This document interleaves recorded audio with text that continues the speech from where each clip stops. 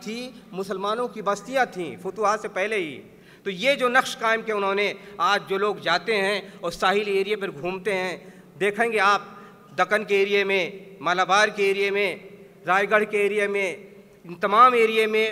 اب بھی سمندر کے کنارے بہترین سے بہترین مساجد موجود ہیں، مسلمانوں کی آبادیاں موجود ہیں۔ تو یہ دعوت و تبلیغ جو ان لوگوں نے کی، وہ دعوت و تبلیغ خالص اسلامی تھی، خالص کتاب و سنت کے مطابق تھی۔ اور اس کے بعد پھر جب دوسرا سلسلہ شروع ہوا، جب فتوحات کے لیے وفود آنا شروع ہوئے، تو سب سے پہلے حضرت عمر بن خطاب کے زمانے میں 15 ہجری میں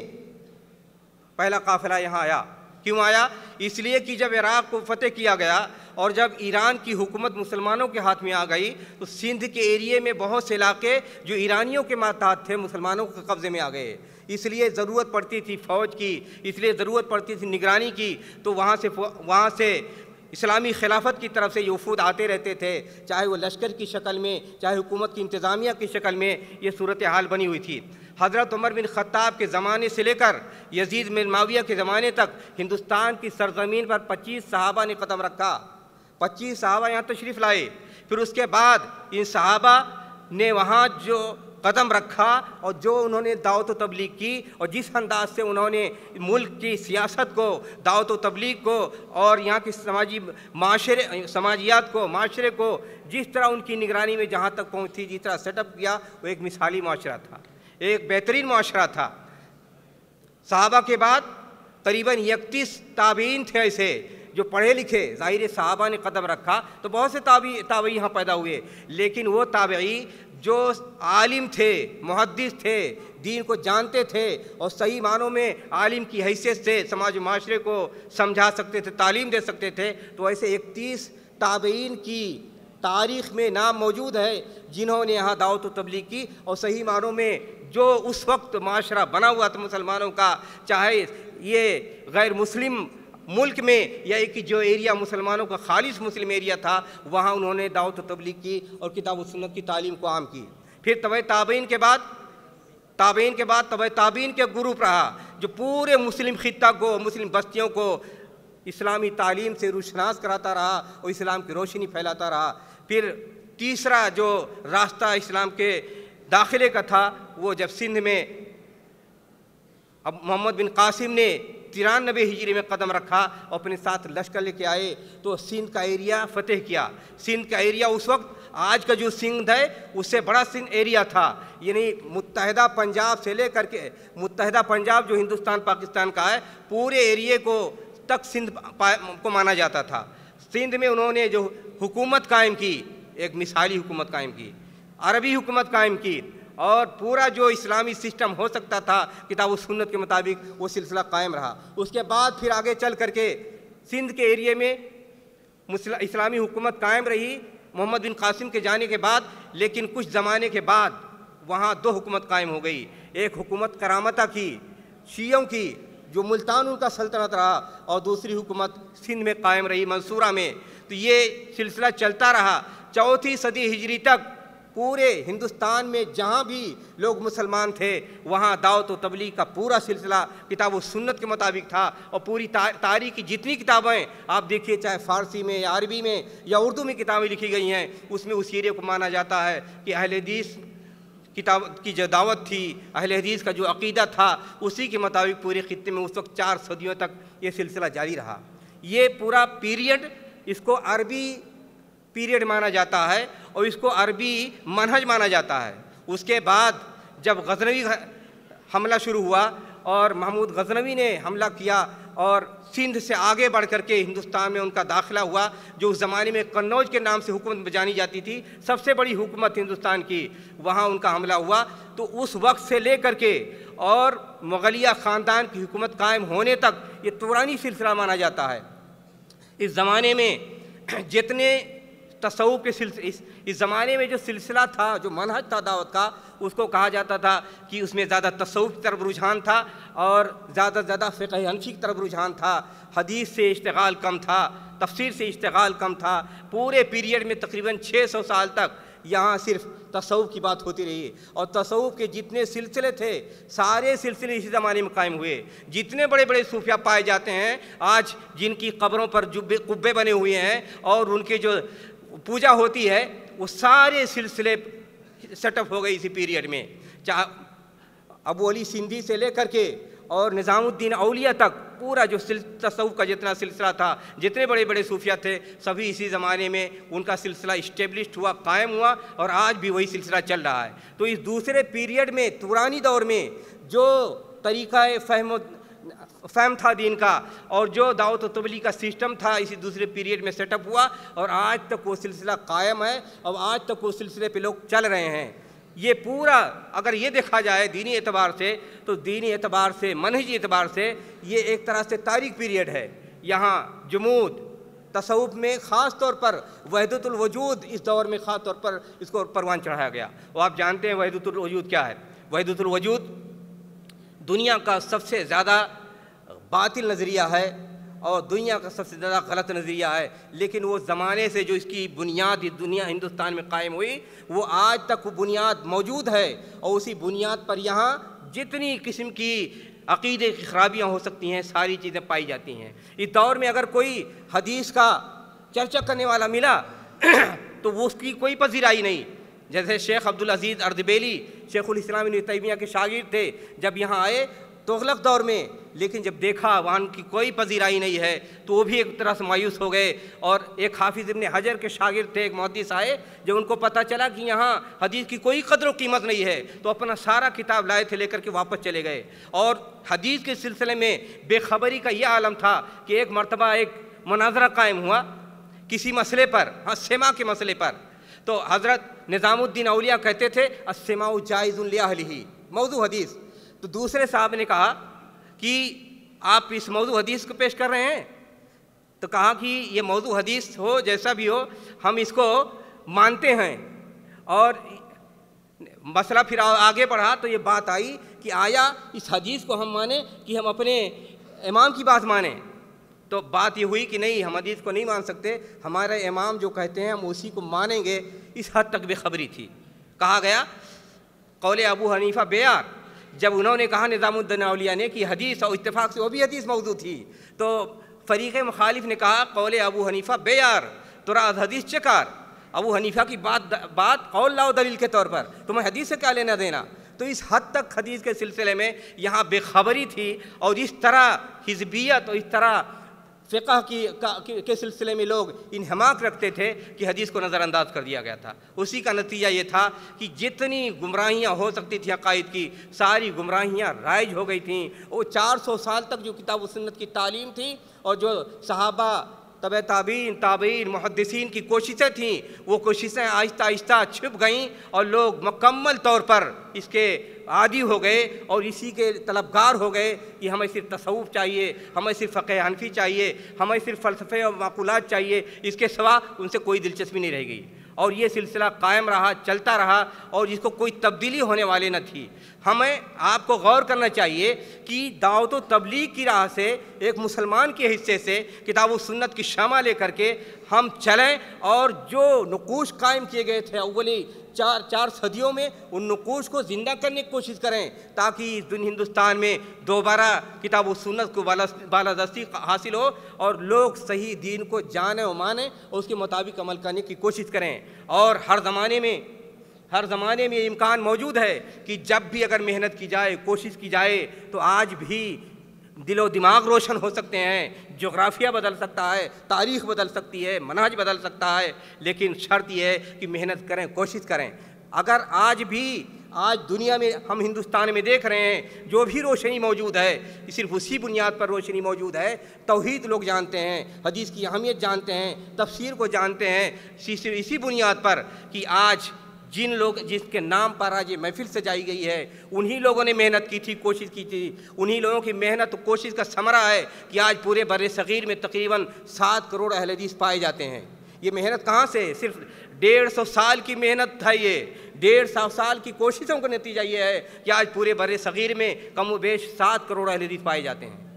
یہ اتنی بڑی کامیابی ہے کہ پوری تاریخ میں اگر دیکھ ڈالیں تو عقیدے کی تبدیلی، سماج کی تبدیلی، منہج کی تبدیلی، درسیات کی تبدیلی، سیاست کی تبدیلی، اتنی ہماگیر تبدیلیاں، اس کا وجود کہیں آپ اس کی مشکل سے ایسی مثال پائیں گے۔ تو یہ مثال بھی ہمارے سامنے موجود ہے۔ اس لیے جو نقوش اولین یہاں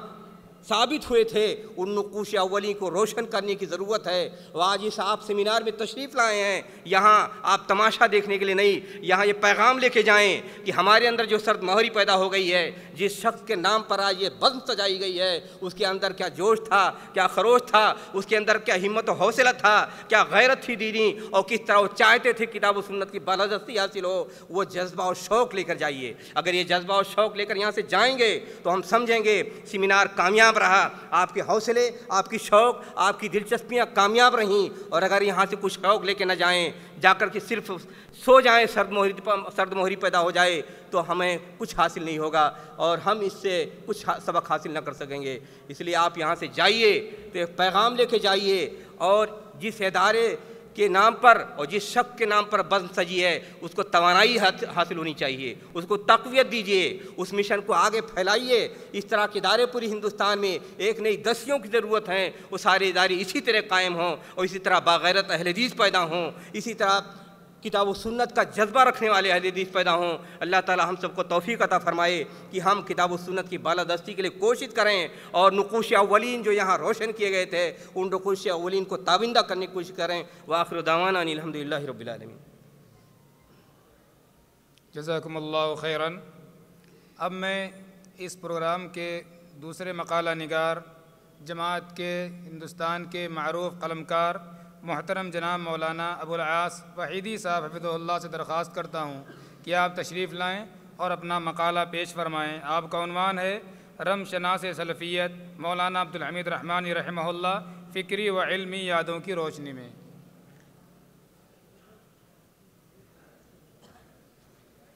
اس سے پہلے میں گزارش کر چکا ہوں، جو حضرات پیچھے کھڑے ہیں بیٹھ جائیں، جو لوگ بھی پیچھے کھڑے ہوئے ہیں بیٹھ جائیں۔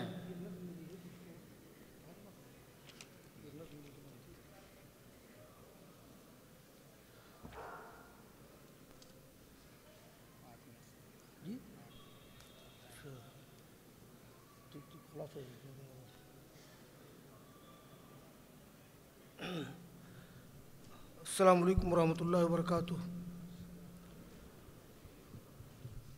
الحمدللہ رب العالمین، والصلاة والسلام علی محمد سید الانبیاء والمرسلین وعلی آلہ وصحبہ اجمعین، اما بعد۔ فاعوذ باللہ السمیع العلیم من الشیطان الرجیم، بسم اللہ الرحمن الرحیم۔ من المؤمنین رجال صدقوا ما عهد اللہ علیہ فمنهم من قضى نحبه ومنهم من ينتظر وما بدلوا تبدیلا۔ محترم حضرات، میرے مقالے کا عنوان ہے رمز شناس سلفیت، مولانا عبدالحمید رحمانی رحمہ اللہ، چند علمی و فکری یادوں کی روشنی میں۔ 1976 سے تادم حیات مولانا عبدالحمید رحمانی رحمہ اللہ سے میرے تعلقات رہے، بہت سی کانفرنسوں میں، سیمیناروں میں ان کے ساتھ شرکت رہی۔ بعض عقائد، فقہیات اور لغت و ادب کے موضوع پر ان سے میرے مناقشے بھی رہے۔ اس طرح سے ان کے تعلق سے علمی و فکری یادوں کا ایک بڑا طویل سلسلہ ہے، جس کا خاکہ میں نے بنا کر لکھنا شروع کیا تو لگا کہ مقالہ اچھا خاصا لمبا ہو جائے گا۔ پھر میں نے اس کی تلخیص شروع کی، اور وقت کی تنگ دامانی کچھ ایسی ہے کہ شاید تلخیص کی طرف ہلکے سے اشارات کرنے پڑیں۔ دیکھیے، میں صرف خاکہ، جو ملخص خاکہ ہے، صرف اشارات میں کر رہا ہوں، اور وہ بھی ان کے تعلق سے جو علمی و فکری یادیں ہیں، براہ راست میرا تعلق رہا ہے اس کا میں ذکر کروں گا۔ اس سلسلے کی پہلی بات یہ ہے کہ مولانا عبدالحمید رحمانی رحمہ اللہ سے باقاعدہ گفتگو، تعارف اور ملاقات کا سلسلہ میرا اس وقت شروع ہوا جب میں 1975 سے لے کر 1997 تک جامعہ سراج العلوم بہار میں مدرس تھا، اور مولانا رحمانی رحمہ اللہ کے ایک بڑے محترم استاذ مولانا محمد اقبال رحمانی رحمہ اللہ تھے، وہ ان سے ملنے کے لیے جایا کرتے تھے، مجلسیں لگتی تھیں، میں بھی مدرس تھا، بات چیت ہوتی تھی۔ ایک مجلس مجھے خاص طور پر یاد ہے کہ جس میں شریک تھے مولانا محمد سلفی، مولانا محمد خلیل رحمانی اور مولانا اقبال رحمانی رحمہ اللہ، اور ذکر آ گیا جماعت اسلامی کا اور شاعر مشرق علامہ اقبال کے طرز فکر کا، تو مولانا ابل پڑے، اور جماعت اسلامی پر تو خیر اس وقت تبصرہ کم کیا، لیکن علامہ اقبال رحمانی رحمہ اللہ کی شاعری پر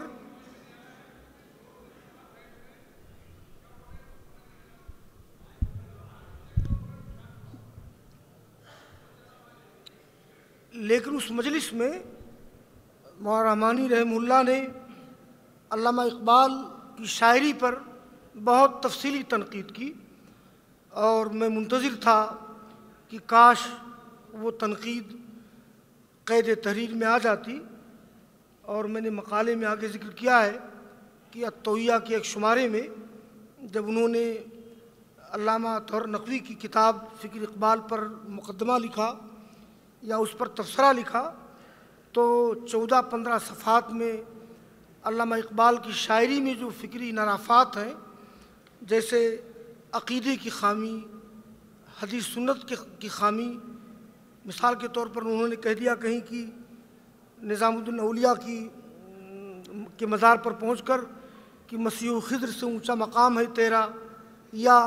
عہد اور احمد کا نقطہ انہوں نے پیدا کیا ہے، اور اپنی نثر جو ان کی ہے تشکیل الہیات جدیدہ، اس میں حدیث کے تعلق سے جو غیر معتبریت کا انداز اختیار کیا ہے، یہ ساری باتیں مولانا نے ذکر کیں۔ یہاں سے مولانا سے میرے تعارف کا، عقیدت کا ایک سلسلہ شروع ہوا، اور اس کے بعد پھر تحریک اہل حدیث پر مولانا کی تقریریں ہوئیں، اور میں نے ان تقریروں سے بہت سی تعبیرات سیکھیں، بہت سے جملے سیکھے، بلکہ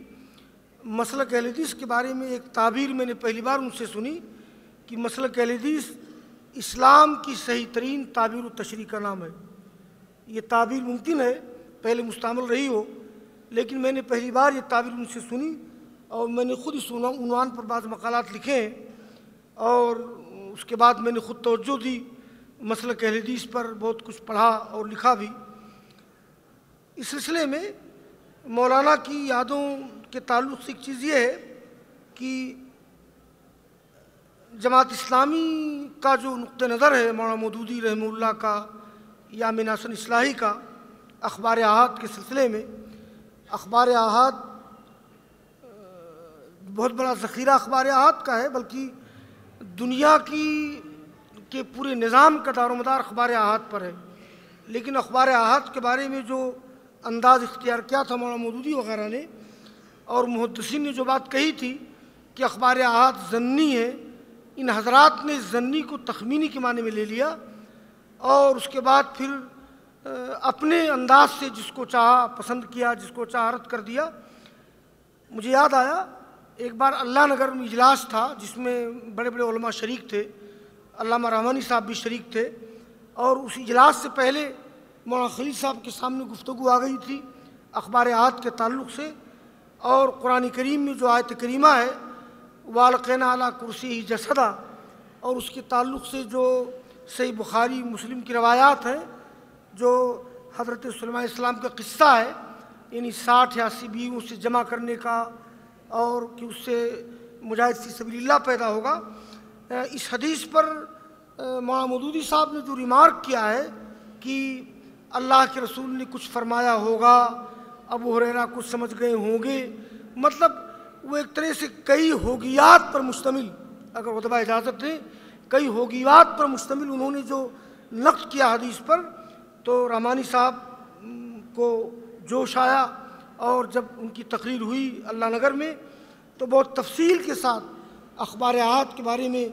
مولانا مودودی صاحب کے نقطۂ نظر پر ریمارک کیا۔ سچی بات تو یہ ہے، اور لوگوں نے شاید کم، لیکن میں نے بہت استفادہ کیا،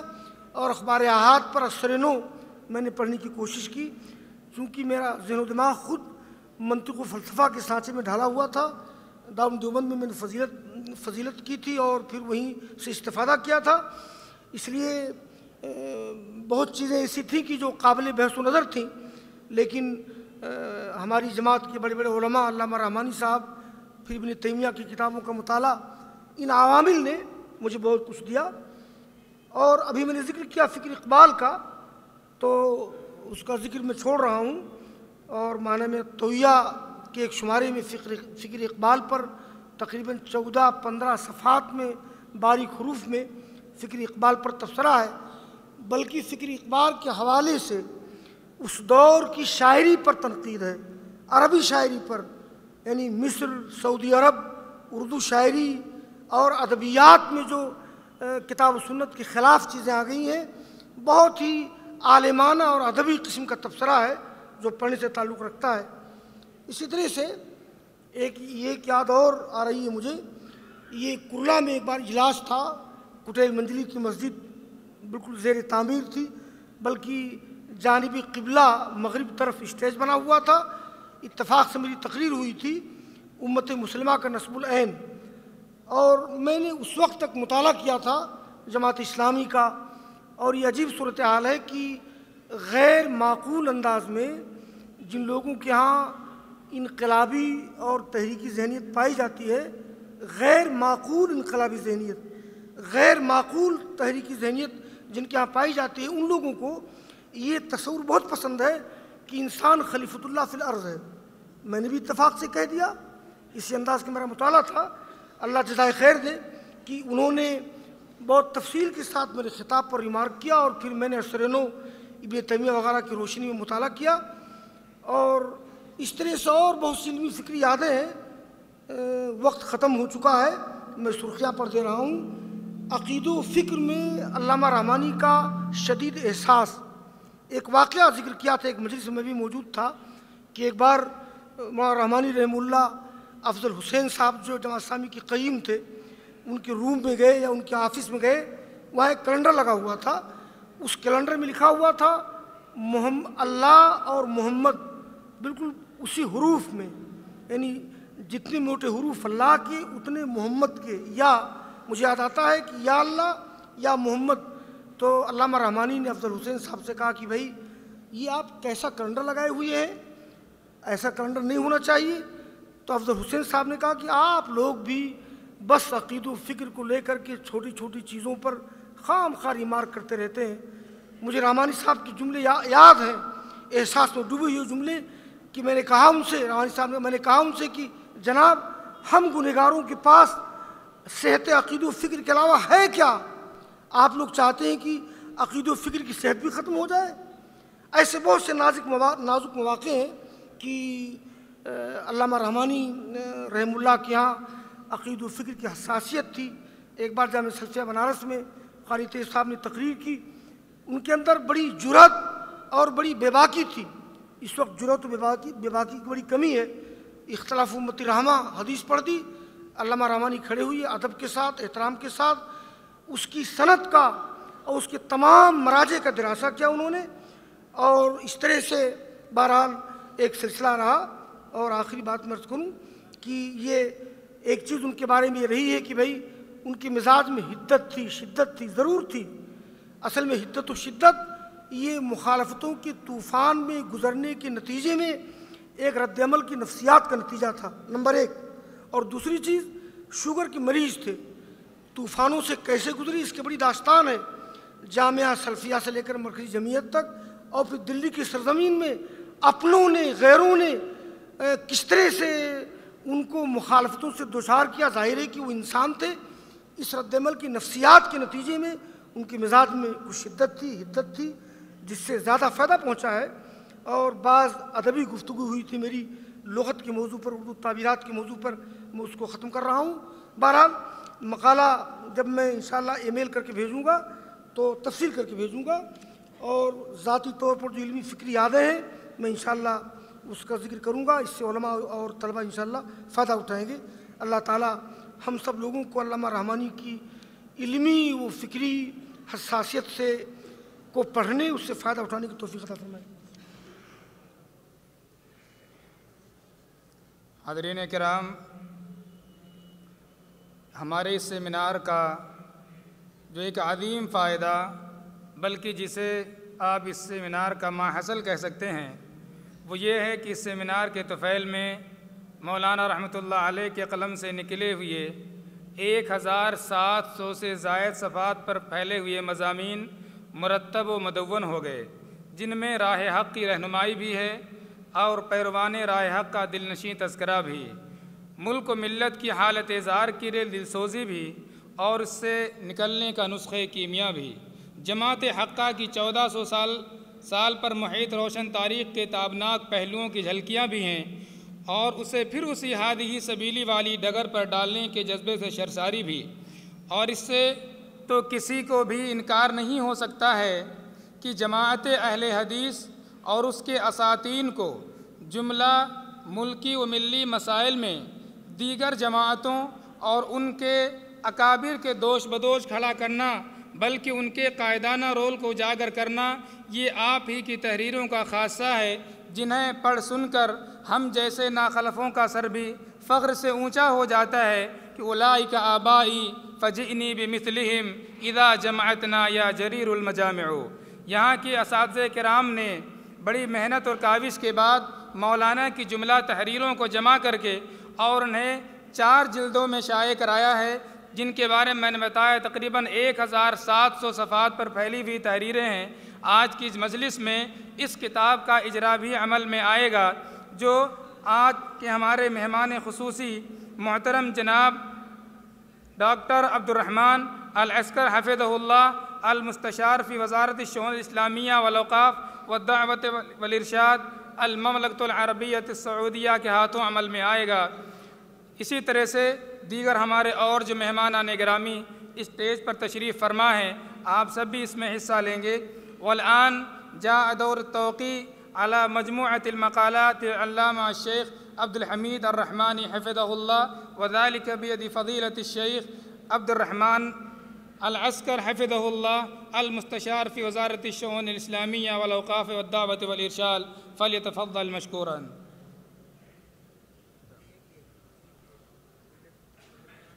سب سے پہلے مولانا علیہ رحمہ کے مقالات پر مشتمل مجموعہ مقالات کا اجرا عمل میں آئے گا۔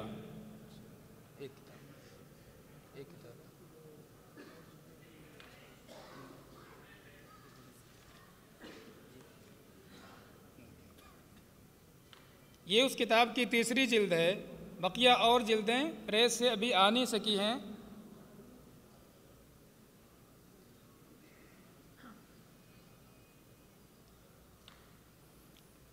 اسی طرح سے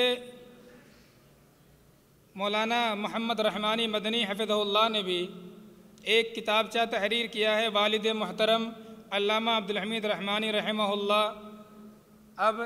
اس کتاب کا اجرا ہمارے محترم مہمان کے ہاتھوں عمل میں آئے گا۔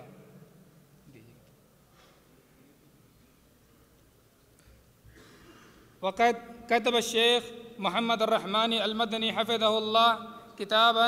حول حیات والدہ رحمہ اللہ۔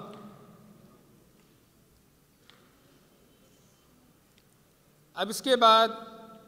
سینٹر کے جنرل سیکریٹری محترم جناب مولانا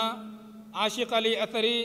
حفظہ اللہ کی کتاب علامہ عبد الحمید رحمانی رحمہ اللہ حیات و خدمات کا اجرا ہوگا۔ والآن یکون التوقیع علی کتاب الشیخ ابی صادق عاشق علی الاثری حفظہ اللہ، واسم کتابہ العلامہ عبد الحمید الرحمانی حیاتہ و خدماتہ۔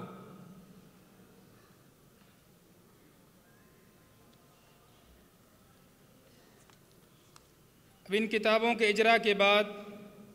ہمارے ڈائس پر تشریف فرما دیگر مہمانوں کے تاثرات پیش ہوں گے، لہذا سب سے پہلے میں تاثرات پیش کرنے کے لیے دعوت دوں گا مرکزی جمعیت اہل حدیث ہند کے سابق ناظم محترم جناب مولانا عبدالوہاب خلجی صاحب حفظہ اللہ کو کہ آپ تشریف لائیں اور اپنے تاثرات پیش فرمائیں۔ چونکہ وقت کم ہے لہذا میں سبھی حضرات سے درخواست کروں گا کہ اپنے تاثرات کو مختصر رکھیں۔